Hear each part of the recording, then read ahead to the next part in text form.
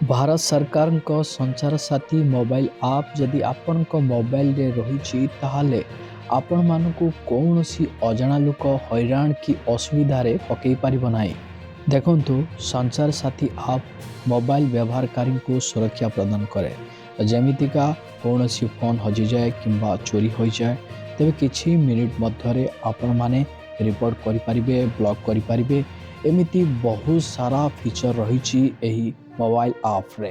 एही आप रे कौन कौन सब फीचर्स रही ता विषय मु डिटेल्स एही वीडियो माध्यम रे जणाइबी। ता सहित आपण केमिति एही आप टी को आपण को मोबाइल रे व्यवहार करि परिबे तो यार डिटेल्स मु एही वीडियो माध्यम रे आपण मानको स्टेप बाय स्टेप जणाइबी। तो सेथि पई आपण माने वीडियो टी को बिना स्किप रे शेष पर्यंत देखंतु जहा फल रे आपण जानि परिबे, बुझी परिबे। भिडियोटी को आरंभ करने पूर्व आपण समस्त को कही रखी चैनल जदि नुआ करी आपण भिडियोटी देखुथांती ताहाले वीडियो को लाइक करी चैनल को सब्सक्राइब करी पाखरे थिबा घंटी चिन्ह को दबाई दियंतु। एथिरे चक्षु पोर्टाल रही संदिग्ध ठक जोगाजोग संचार साथी रिपोर्टिंग आप व्यवहार करी एवं सीधा सड़क मोबाइल फोन लॉग रु संदेहजनक कॉल एवं एसएमएस रिपोर्ट करा जाई परिबो। यह सहित मोबाइल संजोग विषय सूचना पाइपर। जमीका आपण नाम जारी होता समस्त मोबाइल संजोग को चिन्हट एवं आपण परिचालन करें। तो देखु आपण नाम केतोटी सिम रही कौं कौं सिम आपण मानकर चली क्यों सिम बंद होइछि। यह सहित कौन सी अजणा लोक आपण नाम सिम व्यवहार करुच्ची कि नहीं आपण जानिबा को पाइबे। एही आप रु आपण बंद भी करि पारिबे। एथिरे आपण माने हजि जाइथिबा चोरी होइथिबा मोबाइल को फेरी पाइबे एवं याकु बंद करि पारिबे। जेमितिका हैंडसेट हजि जाइथिबा किंबा चोरी होइथिबा मोबाइल डिवाइस गुड़िक को तुरंत बंद करा जाई परिबो, चिन्हट करा जाई परिबो एवं पुनर्उद्धार करा जाई परिबो। तापरे मोबाइल हैंडसेट प्रामाणिकता जानतु। मोबाइल हैंडसेट रो प्रामाणिकता जांच करिबार एक सहज उपाय प्रदान करे। एथिरु जना पड़िबो ग्राहक ओरिजिनल आ सटीक जिनस किणुछि। भारत में मोबाइल सुरक्षा को सुदृढ़ करने एवं ऑनलाइन ठके को रोकवा पाए सुदूर संचार विभाग डीओटी एक नूतन निर्देश जारी करिछि। एही निर्देश अनुसार भारत में निर्मित किंबा विदेशरू आमदानी हेउथिबा प्रत्येक नूतन स्मार्टफोन रे एबे संचार साथी आप पूर्वरु इंस्टॉल होई रहिबो। भारत में मोबाइल सुरक्षा को सुदृढ़ करने एवं ऑनलाइन ठके को रोकवा पाए दूरसंचार विभाग डीओटी एक नूतन निर्देश जारी करछि जहां आपण माने जानिबा निहाती दरकार। देखंतु समस्त मोबाइल निर्माता को एही निर्देश को तुरंत कार्यकारी करने को कहा जाइछि।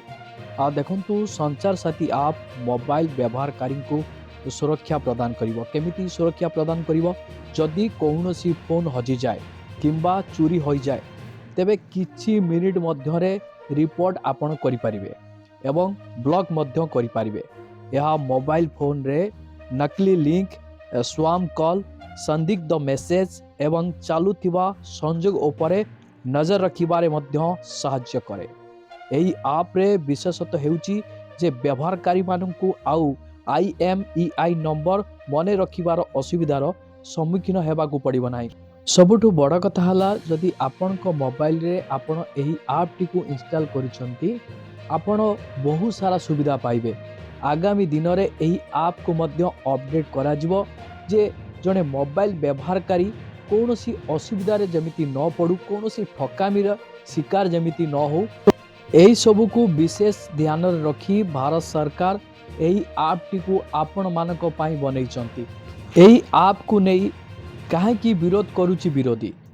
देखंतु राजस्थान रो राज्यसभा सांसद केसी वेणुगोपाल एक्स रे लिखिसंती जे बिग ब्रदर आम उपरे नजर रखि पारिबे नाही। दूरसंचार विभाग रो एही निर्देश असावधानिक गोपनीयतार अधिकार संविधान रो धारा 21 रे अंतर्भुक्त जीवन एवं स्वाधीनतार मौलिक अधिकार रो एक अविच्छेद्य अंश। एक प्रीलोडेड सरकारी ऐप जहाकू अनइंस्टॉल करा जाई परिबो नाही। यह प्रत्येक भारतीय उपरे नजर रखिबा पाई डिजाइन करा जाइथिबा एक भयंकर निरीक्षण मेसिन। ଆହୁରି ମଧ୍ୟ ବିରୋଧୀ କହିଛନ୍ତି ଏହା ପ୍ରତ୍ୟେକ ନାଗରିକଙ୍କ ପ୍ରତ୍ୟେକ କାର୍ଯ୍ୟ କଥାବାର୍ତ୍ତା ଏବଂ ନିଷ୍ପତ୍ତି ଉପରେ ନଜର ରଖିବା ପାଇଁ ଏକ ଉପକରଣ। ଏହା ଭାରତୀୟ ନାଗରିକଙ୍କ ସାମ୍ବିଧାନିକ ଅଧିକାର ଉପରେ ଆକ୍ରମଣର ଏକ ଅଂଶ। ଏହାକୁ ଜାରି ରଖିବାକୁ ଦିଆଯିବ ନାହିଁ। ଆମେ ଏହି ନିର୍ଦ୍ଦେଶକୁ ପ୍ରତ୍ୟାଖ୍ୟାନ କରୁଛୁ ଏବଂ ଏହାକୁ ତୁରନ୍ତ ପ୍ରତ୍ୟାହାର କରିବାକୁ ଦାବି କରୁଛୁ। ଦେଖନ୍ତୁ ଆଜିକା ଡେଟ୍ରେ ବିରୋଧୀ କିଛି ବି କହୁଛନ୍ତି, ଭଲ କଲେ ବି କହୁଛନ୍ତି, ଖରାପ କହିଲେ ବି କହୁଛନ୍ତି, କିନ୍ତୁ ତାଙ୍କର ଗୋଟିଏ ଇଣ୍ଟେନସନ୍ ରହୁଛି ପରବର୍ତ୍ତୀ ନିର୍ବାଚନ ବର୍ଷରେ ଲୋକମାନେ ଆମକୁ ଫୋକସ୍ କରିବେ, ଆମକୁ ଇମ୍ପୋର୍ଟାନ୍ସ ଦେବେ, ଆମକୁ ଜିତେଇବେ। ତ ଏଠି କୌଣସି ରାଜନେତା ମାନେ ଲୋକଙ୍କର ମଙ୍ଗଳ ଚିନ୍ତା କରନ୍ତିନି। ତ ବିରୋଧୀ ବି ସେଇଆ, ଆଉ ଯିଏ ଶାସନ ଗାଦିରେ ବି ବସିଲା ସିଏ ବି ସେଇଆ, କିନ୍ତୁ ଏଠି ତାଙ୍କର ସ୍ୱାର୍ଥଟା ଆଗ, ତାପରେ ଲୋକମାନଙ୍କର ମଙ୍ଗଳ ଚିନ୍ତା କରନ୍ତି। ଗୋଟେ କଥା କହିବେ, ତାପରେ କାମ କଲା ବେଳକୁ ଆଉ ଗୋଟେ କଥା କରିବେ। ପ୍ରକୃତରେ ଏହି ଆପ୍କୁ ଆମେ ଯେତେଟା ଷ୍ଟଡି କଲୁ ଲୋକମାନଙ୍କ ପାଇଁ ଭଲ ହେବ, କାହିଁକି ନା ଯେଉଁ ଅଜଣା ଲୋକମାନେ ଲୋକମାନଙ୍କୁ ହଇରାଣ ହରକତ କରନ୍ତି ଆଉ ବହୁତ ସମୟରେ ଲୋକମାନଙ୍କର ମୋବାଇଲ ଚୋରି ହୁଏ, ଏସବୁ ସମସ୍ୟା ଦୂର ହେବ ଏହି ଆପ୍ ମାଧ୍ୟମରେ। ଆସନ୍ତୁ ଜାଣିବା ଆପଣଙ୍କ ମୋବାଇଲରେ ଏହି ଆପ୍ଟିକୁ ଆପଣ କେମିତି ବ୍ୟବହାର କରିବେ। ସର୍ବପ୍ରଥମେ ଆପଣଙ୍କ ମୋବାଇଲର ପ୍ଲେ ଷ୍ଟୋରକୁ ଯାଆନ୍ତୁ। ପ୍ଲେ ଷ୍ଟୋରଟିକୁ ଆପଣ ଓପନ୍ କରନ୍ତୁ। ଓପନ୍ କଲା ପରେ ଆପଣ ସର୍ଚ୍ଚ ବାରରେ ଲେଖନ୍ତୁ ସଞ୍ଚାର ସାଥୀ।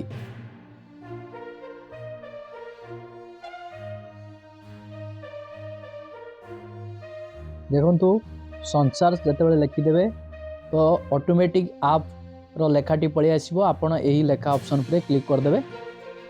ତାପରେ ଦେଖନ୍ତୁ ଏଇଭଳି ଲୋଗୋଟି ରହିବ ଆପଣଙ୍କର। ଆପଣ କ'ଣ କରିବେ, ଏହି ଆପ୍ଟିକୁ ଆପଣ ଇନଷ୍ଟଲ୍ କରିନେବେ।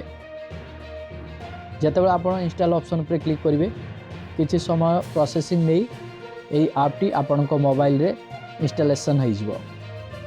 ହେଲା ପରେ ଆପଣ କ'ଣ କରିବେ, ଓପନ୍ ଅପସନ୍ ଉପରେ କ୍ଲିକ୍ କରନ୍ତୁ। ଯେତେବେଳେ ଆପଣ ଓପନ୍ ଅପସନ୍ ଉପରେ କ୍ଲିକ୍ କରିବେ, ଦେଖନ୍ତୁ ଆପ୍ର ଏଇଭଳି ଏକ ଇଣ୍ଟରଫେସ୍ ଶୋ କଲା। ଆପଣ ଇଂଲିଶ ଲାଙ୍ଗୁଏଜଟିକୁ ସିଲେକ୍ଟ କରିନିଅନ୍ତୁ।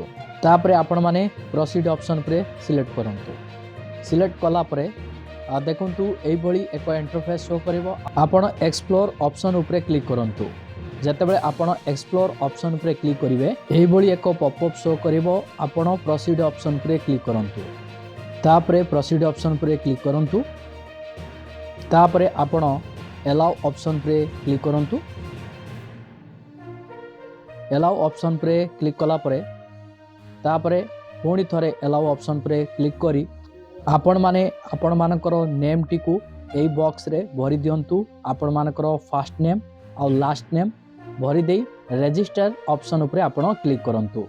ରେଜିଷ୍ଟର ହୋଇଗଲା ପରେ ଆପଣମାନେ ଏହି ଆପ୍ର ବିଭିନ୍ନ ଫିଚର ଗୁଡ଼ିକୁ ଆକ୍ସେସ୍ କରିପାରିବେ। ଯଦି ଆପଣମାନେ ଏହି ଆପ୍ର ପ୍ରତ୍ୟେକ ଫିଚର୍ସର ବ୍ୟବହାର ଗୁଡ଼ିକ ବିଷୟରେ ଜାଣିବା ପାଇଁ ଚାହୁଁଛନ୍ତି, ତାହେଲେ ଆପଣମାନେ କମେଣ୍ଟ ସେକ୍ସନରେ କମେଣ୍ଟ କରିକି ଜଣାନ୍ତୁ। ମୁଁ ଆପଣମାନଙ୍କ ପାଇଁ ପରବର୍ତ୍ତୀ ଭିଡ଼ିଓ ନେଇ ଆସିବି।